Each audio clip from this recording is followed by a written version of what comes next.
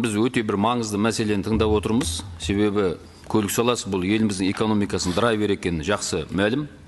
Мемлекет басшысы бұған бірнеше рет ден қойып тапсырмалар берді. Бірақ көріп отырғанымыздай бұл салада көптеген кемшіліктер бар. Жаңа жоғарғы аудиторлық палатаның басшысының берген есебін қарайтын болсақ, бұл жүрдеген әбден жемқорлыққа батқан. Жаңа берден депутат дұрыс айтып отыр. Бұл әсіресе мына КТЖ-ның айналасындағы жағдайлар, бұл біз айтып жүрген жоқпыз, ел айтып жүр. Енді қараңыздар, бұл көлік саласы тек қана КТЖ-мен жол емес, біз авиацияны айтпай қалдық.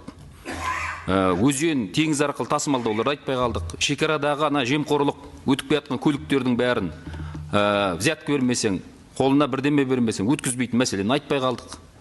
Жалпы бізде бұл салада бір жүйелі жаңа дамуға алғары алып баратын бір құжат көріп отқан жоқпыз. Сондықтан көлік министрлігі бірінші кезекте осы көлікті дамыту жөнінде орта және көп жылдыққа арналған үлкен бір стратегиялық құжат керек сияқты. Кешенді түрде. Ішінде барлық көрсетілу керек. Жергілікті жер болсын, орталық министрліктердің құзырындағы заттары болсын, квази мемлекеттікке, жеке бәрін бөлмей, бір дұрыс құжат дайындау керек. Бір. Екінші мәселе. Бүгін мына парламентте біз тыңдап отырмыз көлік саласын, оның ішінде КТЖ-ға көптеген сұрақтар болды. КТЖ-да президент жоқ бұл жерде. Сауранбаевтен кім ол? Неге келмейді мұнда? Өмірі келген емес. Осы мен парламентте 3 жыл болды жұмыс жасап жүрген. Қайта-қайта осы мәселе көтеріледі, Сауранбаев келмейді. Кім ол сол? Не алған адам ол? Өмір бойы сол жемқорлықтың бәрі былғап жатыр КТЖ. Ол жерге келіп жауап бермейді. Орынбасарларын жібереді. Біз Қазақгазды қарағандықта Қазақгаздың бастығы келді мұнда. Самұрықты қараған кезде Самұрық қазынаның бастығы келді. Неге КТЖ-ның бастығы келмейді? Ол кім ол соншама? Сондықтан бұл мәселеде үлкен жаңа сұрақ бар. Барлығын шешетін кадр. Адам бала шешеді. Жаңағы закуптың айналасында үлкен жемқорлық схемалары бар. Тек қана ГСМ емес ол. Барлық мәселе солай. Запчастың айналасында сондай. Оны бәрі бізге айтып отыр ғой ел деген. Біздің теміржолшылардың қазір өмір сүріп жатқан бүткілерін қараңыздар. 19 ғасырдағы бүткілер. 20 ғасыр емес, 19 ғасырдағы бүткілер. Ұят емес пе? Бір ретте президент КТЖ-ның елмен барып кездескен жоқ. Теміржолшылармен кездескен жоқ. Олардың мәселесі тыңдаған жоқ. Қаншама ереуілдер болып жатыр. Біреуіне де барған жоқ. Не алған адам ол? Кім соншама ол? Депутаттан осы жерден мықты ма ол соншама? Дұрыс емес қой бұл деген. Үшінші мәселе. Мына қасымызда көрші Ресей, оның деген мына транзит саласы, көлік саласы біздікіне кейінмесі артық инфрақұрылымы да үлкен. Бірақ қараңыздар, 2023 жылғы олардың көрсеткіштері EBITDA 737 миллиард рублей. Біздің ақшамызды шақсақ, бүгінгі күнде курспен 3,7 триллион сом ақша, оларда жаңағы жалпы кіріс керіп отыр да, мына нені алып тастамаған кезде, амортизация, салық басқаларын алмаған уақытта. Біз 3 триллион қарыз бар КТЖ-да, а Ресейдің РЖД-сында 3,7 триллион кіріс бар. Таза пайдасы 592 миллиард теңге. Қараңыздар, 2023-тің жаңа қорытындысы бойынша. Енді Қазақстан қайда жүр? Мына Дүниежүзілік банкының сарапшыларының мәліметі бар. Логистикалық тиімділік рейтингісін жасаған. 139 елге. Біз 79 ел болып соңында салпақтап жүрміз.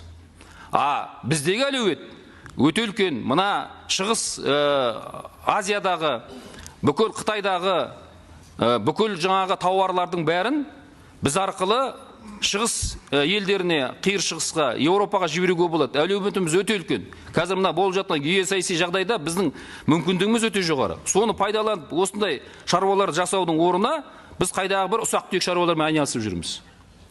Әсіресе КТЖ. Сондықтан Ерлан Жақанұлы, менің ұсынысым бар. Мына парламентке КТЖ-ны шақыру керек. Бүкіл мәселесін бәрі майшамен қарау керек. Не істеп жүр бұлар? Не алған адамдар бұлар? Бұл мемлекеттің аршысын ала береді. Оған біз құя береміз. Басқа жерге ақша жетпей жатқан кезде. Олар оның бәрін қарызға отырғыза береді. Ондай мен жерлер жоқ болу керек. Есіңізде ме сіз ана Қазпоштаның бастығын шақырып, осы жерде біз тыңдадық. 15 миллиард минусқа кіріп жатқан компания 2 миллиард плюске шықты. Парламент көмектесті, сіз көмектестіңіз, өздері жұмыс жасады, дұрыс менеджмент басшылығында. А неге КТЖ-ны біз солай жасамаймыз? Неге басқа біздің осындай үлкен ұлттық компаниялар шақырмаймыз? Айтып жүрміз ғой, шақырайық бәрін. Қазмұнайгаз шақырайық мұн жерге. Бәрін шақыр, Қазатомпром шақырайық мұн жерге. Болды ғой енді, халықтың байлығы деген конституция бойынша, мына елдің байлығы халықтық емес пе? Халықтың өкілдері осы жерде отырған жоқ па? Шақырайық бәрін. Тыңдай, қайда кетіп жатыр ақшаның бәрі? Олардың ақшасы емес қой. Әрқайсысы жаңа дұрыс айтып отыр. Бонустары, зарплаталары, үйлері, машиналары деген қандай олардың? Ол елдің ақшасы ғой.